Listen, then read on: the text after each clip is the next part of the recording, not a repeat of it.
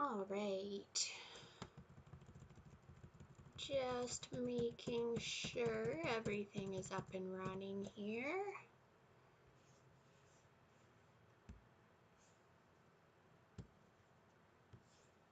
Looks like we are good. So welcome everybody to the March 10th edition of The Joy of Napping. I'm starting a little early today because I thought we would do a little bit of reading. I'm gonna dig into The Hobbit today. I'll do my token written by J.R.R. Tolkien. I'm not doing this for profit. We will not be reading the entire book. This is just purely a little bit randomly to get us in a good, calm, relaxed mood for our daily nap time and for nothing else. So all credit where credit is due to the estate of J.R.R. Tolkien, and we will not be profiting from this in any way, as if I even could. With, I don't really know what me and like the 3 people who watch these streams would do to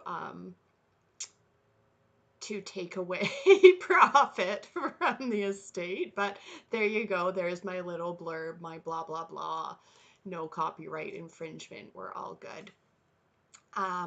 So starting a little bit early today, we'll do a little bit of reading. I'm kind of like in a little bit of a down mood, so I thought that might be a nice thing to do to just get feeling a little bit better and ready for my nap and your nap if you choose to join me. And I just have to show you this as well. Look at Siri just all flopped out here. Oh my God. Oh, she is the funniest. She's just waiting. She is just waiting for me to get into that bed and cuddle with her. Poor girl. Okay, I just had to share that because she's so darn cute. So really, we know she is the main star of this stream. My cat Siri, my lovely 3-year-old long-haired tabby who just has like, honestly, the sweetest personality. She is so affectionate. She's one of those cats that like chirps at you. It's so cute. Anyway, I just can never say enough good things about her. So anyway, I just felt my phone buzz, so I'm just gonna check that. Oh, just a text. So let's read some of The Hobbit and see how we feel after a little while, if we are ready to maybe have some rest time or some nap time. All right, here we go. And I'm reading from my book. This is kind of cute. You can see my name written in the front there in not my neatest writing. I think I got this copy of this book probably when I was like 10 years old. Like I've had this for a really long time, and it has been read a couple times. But yeah, it's definitely an older edition. I could probably see when this particular version was printed. 1990. Oh wait, no, here. This paperback edition, 1993. Okay. I may have had this from before I was 10. Anyway, here we go. So, in a hole in the ground, there lived a hobbit. Not a nasty, dirty, wet hole filled with the ends of worms and an oozy smell, nor yet a dry, bare, sandy hole with nothing in it to sit down on or to eat. It was a hobbit hole, and that means comfort. It had a perfectly round door like a porthole, painted green, with a shiny yellow brass knob in the exact middle. The door opened onto a tube-shaped hall like a tunnel, A very comfortable tunnel, without smoke, with paneled walls and floors tiled and carpeted, provided with polished chairs, and lots of pegs for hats and coats. The Hobbit was fond of visitors. The tunnel wound on, going fairly but not quite straight into the side of the hill. The hill, as all the people for many miles round called it, and many little round doors opened out of it, first on one side and then on another. No going upstairs for the Hobbit. Bedrooms, bathrooms, cellars, pantries, lots of these. Wardrobes, he had whole rooms devoted to clothes. Kitchens, dining rooms, all were on the same floor, and indeed on the same passage. The best rooms were all on the left-hand side, going in, for these were the only ones to have windows. Deep-set round windows looking over his garden and meadows beyond, sloping down to the river. This Hobbit was a very well-to-do Hobbit, and his name was Baggins. The Bagginses had lived in the neighborhood of the hill for time out of mind, and people considered them very respectable, not only because most of them were rich, but also because they never had any adventures or did anything unexpected. You could tell what a Baggins would say on any question without the bother of asking him. This is a story of how a Baggins had an adventure and found himself doing and saying things altogether unexpected. He may have lost the neighbors' respect, but he gained, well, you will see whether he gained anything in the end. The mother of our particular Hobbit. What is a Hobbit? I suppose Hobbits need some description nowadays, since they have become rare and shy of the big people, as they call us. They are, or were, a little people, about half our height, and smaller than the bearded dwarfs. Hobbits have no beards. There is little or no magic about them, except the ordinary everyday sort which helps them to disappear quietly and quickly when large stupid folk like you and me come blundering along, making a noise like elephants which they can hear a mile off. They are inclined to be fat in the stomach. They dress in bright colors, chiefly green and yellow, wear no shoes, because their feet grow natural leathery soles and thick warm brown hair like the stuff on their heads, which is curly, have long clever brown fingers, good-natured faces, and laugh deep fruity laughs, especially after dinner, which they have twice a day when they can get it. Now you know enough to go on with. As I was saying, the mother of this Hobbit, Bilbo Baggins that is, was the famous Belladonna Took, one of the 3 remarkable daughters of the old Took, head of the Hobbits who lived across the water, the small river that ran at the foot of the hill. It was often said, in other families, that long ago one of the Took ancestors must have taken a fairy wife. That was, of course, absurd, but certainly there was still something not entirely Hobbit-like about them, and once in a while members of the Took clan would go and have adventures. They discreetly disappeared, and the family hushed it up, but the fact remained that the Tooks were not as respectable as the Bagginses, though they were undoubtedly richer. Not that Belladonna Took ever had any adventures after she became Mrs. Bungo Baggins. Bungo, that was Bilbo's father, built the most luxurious hobbit hole for her, and partly with her money, that was to be found either under the hill or over the hill or across the water, and there they remained to the end of their days. Still, it is probable that Bilbo, her only son, although he looked and behaved exactly like a second edition of his solid and comfortable father, got something a bit queer in his make-up from the Took side, something that only waited for a chance to come out. The chance never arrived, until Bilbo Baggins was grown up, being about 50 years old or so, and living in the beautiful hobbit hole built by his father, which I have just described for you, until he had in fact apparently settled down immovably. By some curious chance one morning long ago in the quiet of the world, when there was less noise and more green, and the hobbits were still numerous and prosperous, and Bilbo Baggins was standing at his door after breakfast, smoking an enormous long wooden pipe that reached nearly down to his woolly toes, neatly brushed, Gandalf came by. Gandalf! If you had heard only a quarter of what I have heard about him, and I have only heard very little of all there is to hear, you would be prepared for any sort of remarkable tale. Tales and adventures sprouted up all over the place wherever he went, in the most extraordinary fashion. He had not been down that way under the hill for ages and ages, not since his friend the old Took died, in fact, and the hobbits had almost forgotten what he looked like. He had been away over the hill and across the water on business of his own since they were all small hobbit boys and hobbit girls. All that the unsuspecting Bilbo saw that morning was an old man with a staff. He had a tall pointed blue hat, a long grey cloak, a silver scarf over which his long white beard hung down below his waist, and immense black boots. "Good morning," said Bilbo, and he meant it. The sun was shining, and the grass was very green. But Gandalf looked at him from under long bushy eyebrows that stuck out further than the brim of his shady hat. "What do you mean?" he said. "Do you wish me a good morning, or mean that it is a good morning, whether I want it or not?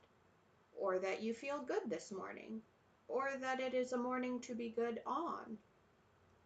"All of them at once," said Bilbo, "and a very fine morning for a pipe of tobacco out of doors, into the bargain. If you have a pipe about you, sit down and have a fill of mine. There's no hurry, we have all the day before us."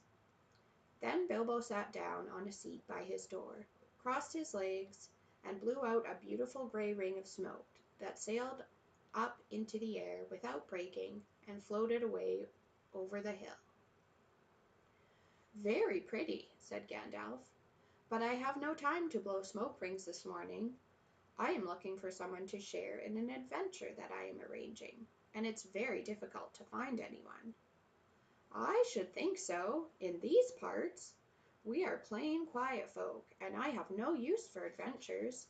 Nasty, disturbing, uncomfortable things. Make you late for dinner. I can't think what anybody sees in them," said our Mr. Baggins, and stuck one thumb behind his braces, and blew out another even bigger smoke ring. Then he took out his morning letters and began to read, pretending to take no more notice of the old man. He had decided that he was not quite his sort, and wanted him to go away. But the old man did not move. He stood leaning on his stick and gazing at the hobbit without saying anything, till Bilbo got quite uncomfortable and even a little cross. "Good morning," he said at last. "We don't want any adventures here, thank you. You might try over the hill or across the water." By this he meant that the conversation was at an end. "What a lot of things you do use 'good morning' for," said Gandalf. "Now you mean that you want to get rid of me, and that it won't be any good, and that it won't be good till I move off." "Not at all, not at all, my dear sir. Let me see. I don't think I know your name."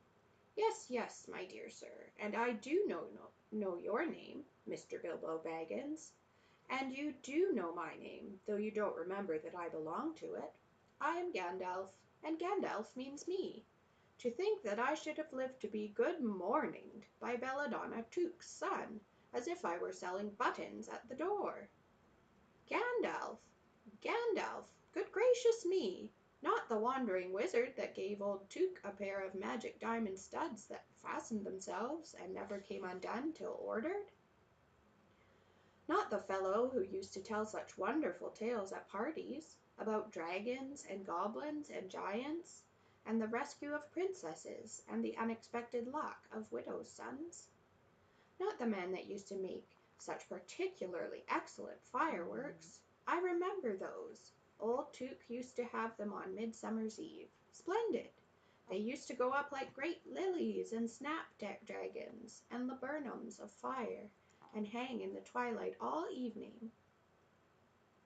You will notice already, that Mr. Baggins was not quite so prosy as he liked to believe, also that he was very fond of flowers.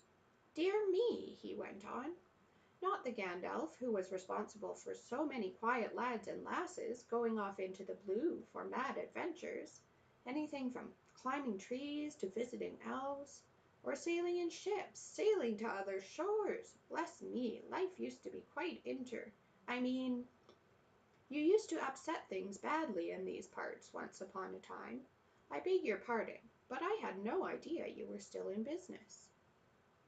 "Where else should I be?" said the Wizard. "All the same, I am pleased to find you remember something about me. You seem to remember my fireworks kindly, at any rate, and that is not without hope. Indeed, for your old grandfather Tuke's sake, and for the sake of poor Belladonna, I will give you what you asked for." "I beg your pardon, I haven't asked for anything." "Yes, you have. Twice now. My pardon. I give it to you. In fact, I will go so far as to send you to this adventure. Very amusing for me, very good for you, and profitable too. Very likely, if you ever get over it."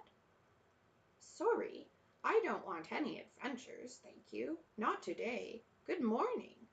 But please come to tea any time you like. Why not tomorrow? Come tomorrow. Goodbye."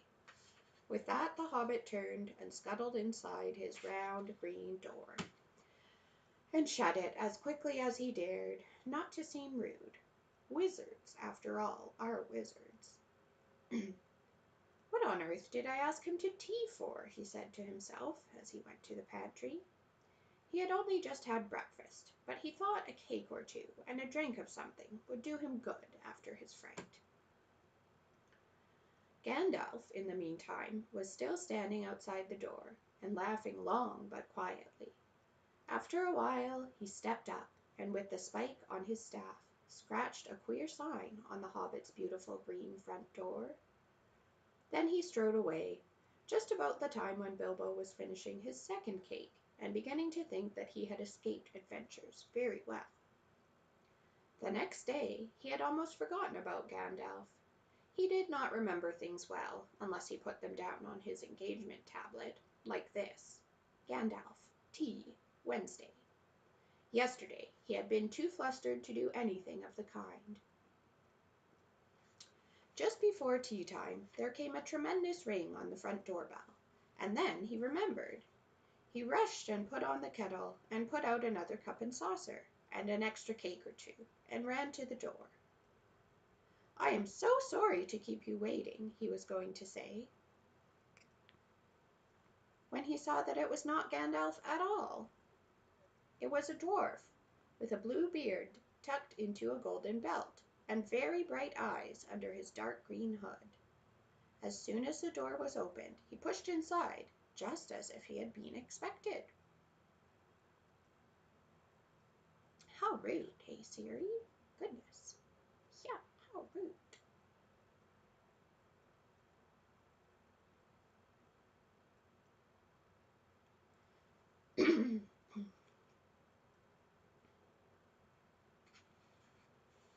He hung his hooded cloak on the nearest peg, and "Dwalin, at your service," he said with a low bow. "Bilbo Baggins at yours," said the hobbit, too surprised to ask any questions for the moment. When the silence that followed had become uncomfortable, he added, "I am just about to make tea. Pray come and have some with me." A little stiff, perhaps, but he meant it kindly. And what would you do if an uninvited dwarf came and hung his things up in your hall without a word of explanation? They had not been at the table long. In fact, they had hardly reached the third cake when there came another, even louder ring at the bell. "Excuse me," said the hobbit, and off he went to the door. "So you have got here at last!" That was what he was going to say to Gandalf this time, but it was not Gandalf. Instead, there was a very old-looking dwarf on the step with a white beard and a scarlet hood, and he too hopped inside as soon as the door was open, just as if he had been invited. "I see they have begun to arrive already," he said when he caught sight of Dwalin's green hood hanging up. He hung his red one next to it and said, "Balin, at your service," he said with his hand on his breast. "Thank you," said Bilbo with a gasp. It was not the correct thing to say, but "they have begun to arrive" had flustered him badly. He liked visitors, but he liked to know them before they arrived, and he preferred to ask them himself. He had a horrible thought that the cakes might run short, and then he, as the host, he knew his duty and stuck to it however painful. He might have to go without. "Come along in and have some tea," he managed to say after taking a deep breath. "A little beer would suit me better, if it is all the same to you, my good sir," said Balin with the white beard. "But I don't mind some cake, seed cake if you have any." "Lots," Bilbo found himself answering, to his surprise, and he found himself scuttling off, too, to the cellar to fill a pint beer mug, and then to the pantry to fetch 2 beautiful round seed cakes which he had baked that afternoon for his after-supper morsel. When he got back, Balin and Dwalin were talking at the table like old friends. As a matter of fact, they were brothers. Bilbo plumped down the beer and the cake in front of them when loud came a ring at the bell again, and then another ring. Gandalf for certain this time, he thought as he puffed along the passage, but it was not. It was 2 more dwarfs, both with blue hoods, silver belts, and yellow beards, and each of them carried a bag of tools and a spade. In they hopped as soon as the door began to open. Bilbo was hardly surprised at all. "What can I do for you, my dwarfs?" he said. "Killy at your service," said one, "and Filly." "Keely, Feely, Killy, Filly," added the other, and they both swept off their blue hoods and bowed. "At yours and your family's," replied Bilbo, remembering his manners this time. "Dwalin and Balin here already, I see," said Keely. "Let's join the throng." "Throng?" thought Mr. Baggins. "I don't like the sound of that. I really must sit down for a minute and collect my wits, and have a drink." He had only just had a sip, in the corner, while the 4 dwarfs sat round the table, and talked about mines and gold and troubles with the goblins, and the depredations of dragons, and lots of other things which he did not understand and did not want to, for they sounded much too adventurous, when a ding-dong-a-ling-dang, his bell rang again, as if some naughty little hobbit boy was trying to pull the handle off. "Someone at the door," he said, blinking. "Some 4, I should say by the sound," said Filly. "Besides, we saw them coming along behind us in the distance." The poor little hobbit sat down in the hall and put his head in his hands, and wondered what had happened, and what was going to happen, and whether they would all stay for supper. Then the bell rang again, louder than ever, and he had to run to the door. It was not 4 after all. It was 5. Another dwarf had come along while he was wandering in the hall. He had hardly turned the knob before they were all inside, bowing and saying, "At your service," one after the other. Dori, Nori, Ori, Oin, and Gloin were their names, and very soon 2 purple hoods, a grey hood, a brown hood, and a white hood were hanging on the pegs, and off they marched with their broad hands stuck in their gold and silver belts to join the others. Already it had almost become a throng. Some called for ale, and some for porter, and one for coffee, and all of them for cakes. So the hobbit was kept very busy for a while. A big jug of coffee had just been set on the hearth, the seed cakes were gone, and the dwarfs were starting on a round of buttered scones, when there came a loud knock. Not a ring, but a hard rat-tat on the hobbit's beautiful green door. Somebody was banging with a stick. Bilbo rushed along the passage, very angry and altogether bewildered and bewuthered. This was the most awkward Wednesday he ever remembered. He pulled open the door with a jerk, and they all fell in, one on top of the other. More dwarfs! 4 more! And there was Gandalf behind, leaning on his staff and laughing. He had made quite a dent on the beautiful door, but he had also, by the way, knocked out the secret mark that he had put there the morning before. "Carefully, carefully," he said. "It is not like you, Bilbo, to keep friends waiting on the mat, and then open the door like a pop gun. Let me introduce Biffer, Boffer, Bomber, and especially Thorin." "At your service," said Biffer, Boffer, and Bomber, standing in a row. Then they hung up 2 yellow hoods and a pale green one, and also a sky blue one with a long silver tassel. This last belonged to Thorin, an enormously important dwarf, in fact no other than the great Thorin Oakenshield himself, who was not at all pleased at falling flat on Bilbo's mat with Biffer, Boffer, and Bomber on top of him. For one thing, Bomber was immensely fat and heavy. Thorin, indeed, was very haughty, and said nothing about service. But poor Mr. Baggins said he was sorry so many times that at last he grunted, "Pray don't mention it," and stopped frowning. "Now we are all here," said Gandalf, looking at the row of 13 hoods, the best detachable party hoods, and his own hat hanging on the pegs. "Quite a merry gathering. I hope there is something left for the latecomers to eat and drink. What's that? Tea? No, thank you. A little red wine, I think, for me." "And for me," said Thorin. "And raspberry jam and apple tart," said Biffer. "And mince pies and cheese," said Boffer. "And pork pie and salad," said Bomber. "And more cakes, and ale, and coffee, if you don't mind," called the other dwarfs through the door. "Put on a few eggs, there's a good fellow," Gandalf called after him as the hobbit stumped off to the pantries. "And just bring out the cold chicken and pickles."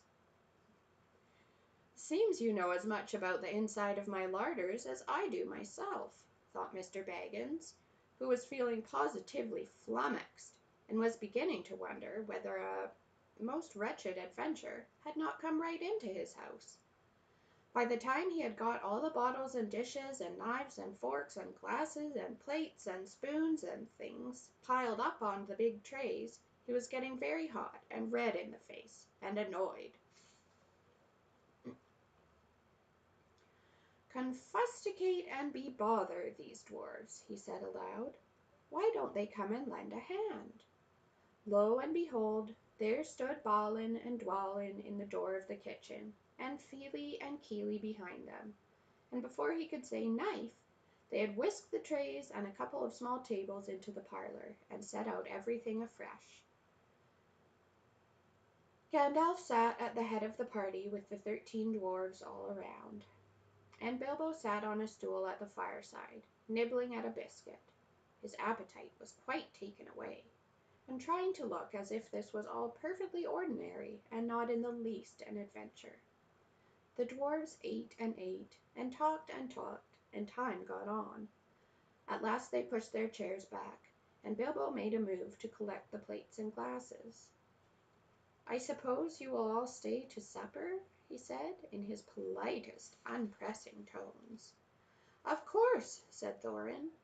"And after. We shan't get through the business till late, and we must have some music first. Now to clear up." Thereupon the 12 dwarfs, not Thorin, he was too important, and stayed talking to Gandalf, jumped to their feet and made tall piles of all the things. Off they went, not waiting for trays, balancing columns of plates, each with a bottle on top, with one hand, while the hobbit ran after them, almost squeaking with fright. "Please be careful, and please don't trouble, I can manage." But the dwarfs only started to sing.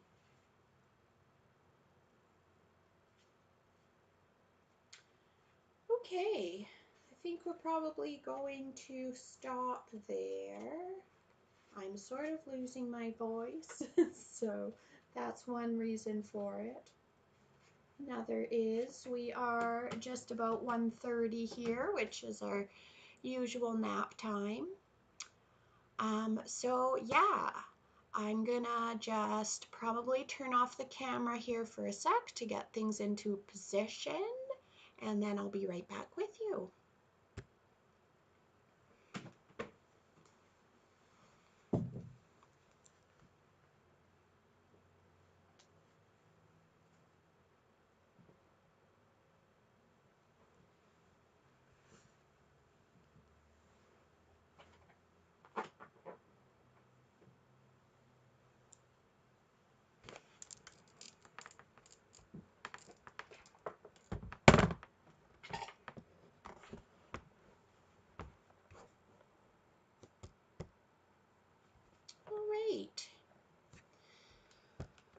So,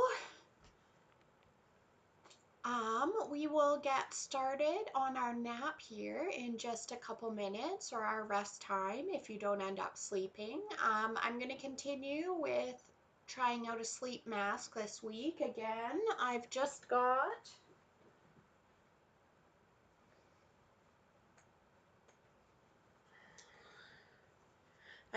a sleep mask from the drugstore, just a cheap one. It is good enough for trying out. I know you can get like really fancy sleep masks, but I'm sure those are a bit of an investment. So I figure if you're just trying something out, probably best to just start out with a really basic version and see how you like it.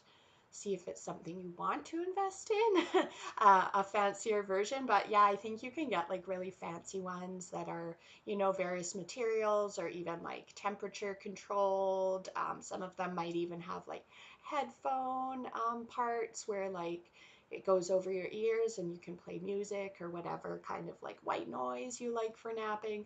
So I know, yeah, they can definitely be really fancy, but we're just staying really basic to try it out here. We'll do our usual, so just about an hour, hour and a half. We'll lay down, close our eyes, sleep if we can. If you can't fall asleep, don't worry, it's not a big deal. Just laying down for some rest time, or even sitting and reading a book, sitting having a cup of tea or a nice drink of some sort. Just taking like an intentional pause in your day, taking some time out for yourself, sort of just refreshing yourself to get through the rest of the day. Even if you don't sleep, it's really beneficial. It's really good for your mental and physical health, and so taking that break in your day is a really great thing to do for yourself, even if you can't sleep. So try and sleep if you want, but if not, don't worry about it all. It is not worth stressing about. And if I have learned one thing over the years having sleep struggles, the more you worry about it, the harder it is to fall asleep. So I just can't stress enough. Don't worry about it. If you can't sleep, you're still resting, right? So yeah, just try not to be too hard on yourself that way. All right. So Siri is already behind me. Our reading didn't drive her way or anything, so hopefully she's going to let me into the bed to lay down and have a nap beside her. Hopefully she'll cuddle up. Um, Yesterday she did, and it was lovely. So hopefully we'll have the same again today. And I hope you guys have a nice nap or rest, and I'll see you when we're done.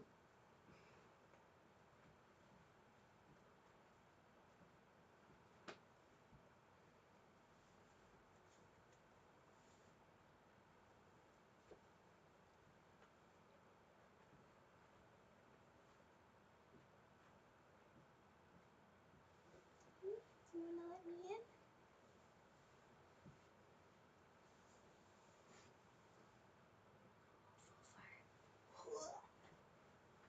Oh, I'm sorry.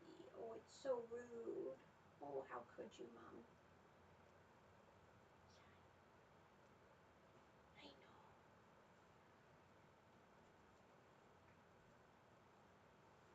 Okay, I'll get settled and then you can get settled, okay? Good girl. Yes, you're good girl. Can't forget this.